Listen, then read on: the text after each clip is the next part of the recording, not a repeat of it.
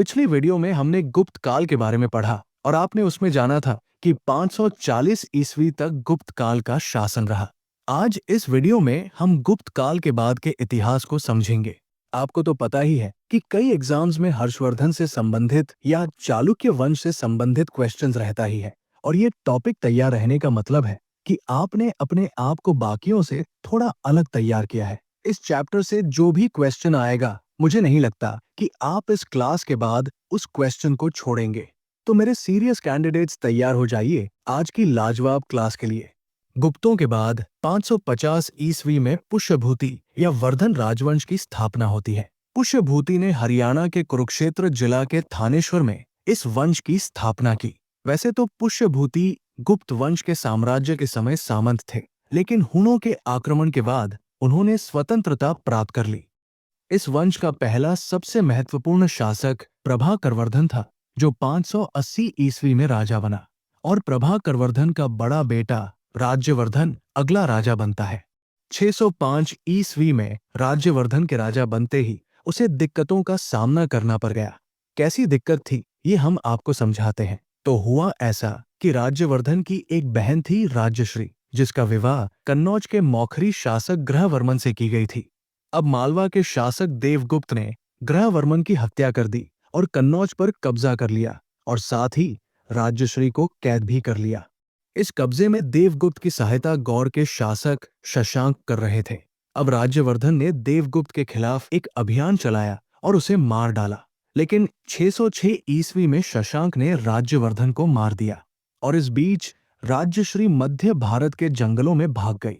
राजवर्धन की हत्या के बाद उनके छोटे भाई हर्षवर्धन, जिन्हें हम शिलादित्य के नाम से भी जानते हैं, 606 ईस्वी में इस वंश के अगले राजा बने, और इसी वर्ष से हर्ष युग की शुरुआत हुई।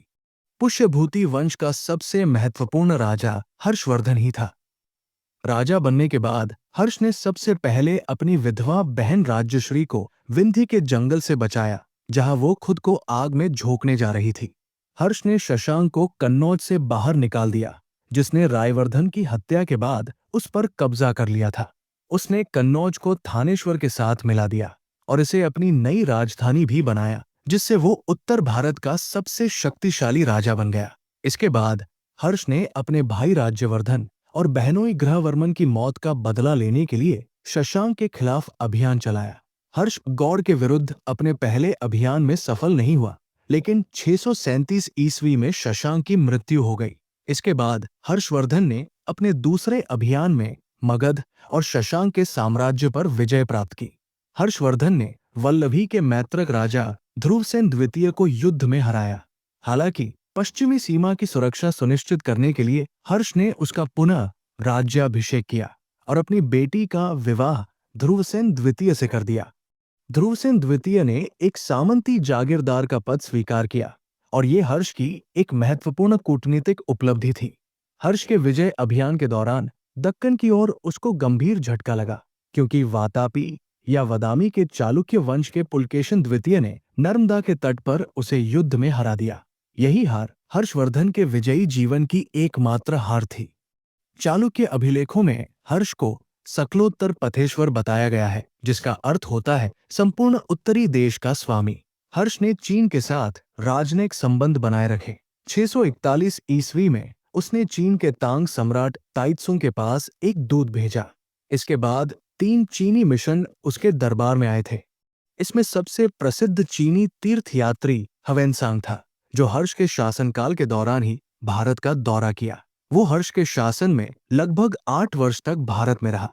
ह्वेनसांग ने हर्ष के शासनकाल की 2 सबसे प्रसिद्ध घटनाओं के बारे में बताया है। एक थी कन्नौज सभा, जो 643 ईस्वी में हुई। ये सभा ह्वेनसांग के सम्मान में और बौद्ध धर्म के महायान संप्रदाय को लोकप्रिय बनाने के लिए आयोजित की गई थी। और दूसरी महत्वपूर्ण घटना थी प्रयाग सभा। प्रयाग में हर्षवर्धन हर 5 साल के अंत में गंगा, यमुना और सरस्वती के संगम पर धार्मिक उत्सव मनाते थे। ऐसा कहा जाता है कि यहीं से कुंभ मेले की शुरुआत हुई थी। हर्षवर्धन शैव धर्म के उपासक थे। उनकी मृत्यु 647 ईस्वी में हुई, और हर्ष के सिंहासन का कोई उत्तराधिकारी नहीं था, जिसे उनकी मृत्यु के बाद उनके मंत्री अरुणाश्व ने हड़प लिया था। हर्षवर्धन एक अच्छे लेखक भी थे। उन्होंने 3 संस्कृत नाटक लिखे, नागनंद, रत्नावली और प्रियदर्शिका। हर्षचरित और कादंबरी के लेखक बाणभट्ट और मयूर शतक और सूर्य शतक के लेखक मयूर इन्हीं के दरबार के थे। बाणभट्ट ने लिखा है कि राजा हर्षवर्धन एक निपुण वीणा वादक थे। तो पुष्यभूति या वर्धन काल में आप इतना ही तैयार रखिए। मुझे उम्मीद है कि आपको ये क्लास अच्छी लग रही है, तो इस वीडियो को एक लाइक तो बनती है ना, तो जल्दी से लाइक कीजिए। तब तक हम आगे बढ़ते हैं। अब हम गुप्त काल के बाद के दक्कन क्षेत्र और दक्षिण भारत के राज्यों के बारे में पढ़ लेते हैं। दक्षिण भारत में वाकाटक के बाद चालुक्यों का शासन आया। वाकाटक के बारे में हमने पिछले वीडियो में पढ़ा जब हम गुप्त काल के बारे में पढ़ रहे थे। अगर आपने वो वीडियो नहीं देखी है तो आई कार्ड में और डिस्क्रिप्शन में उस वीडियो की लिंक है, आप उसे जरूर देख लीजिएगा। चालुक्यों ने कर्नाटक के वातापी या बादामी में अपनी राजधानी बनाई। हमने अभी आपको हर्षवर्धन के बारे में बताया, तब मैंने जिक्र किया था कि हर्षवर्धन दक्कन को जीतना चाहता था, लेकिन उसको वाकाटक वंश के पुलकेशिन द्वितीय ने युद्ध में हरा दिया। तो ये बात आप याद रखिए कि वाकाटक वंश के पुलकेशिन द्वितीय ने हर्षवर्धन को हराया था। पुलकेशिन द्वितीय का दरबारी कवि रविकीर्ति था, जिसने एक स्तुति लेख लिखी जिसको हम ऐहोल शिलालेख के नाम से जानते हैं। पल्लव शासक नरसिंह वर्मन ने चालुक्य साम्राज्य पर आक्रमण किया, पुलकेशिन द्वितीय को मार डाला और वातापी पर कब्जा कर लिया।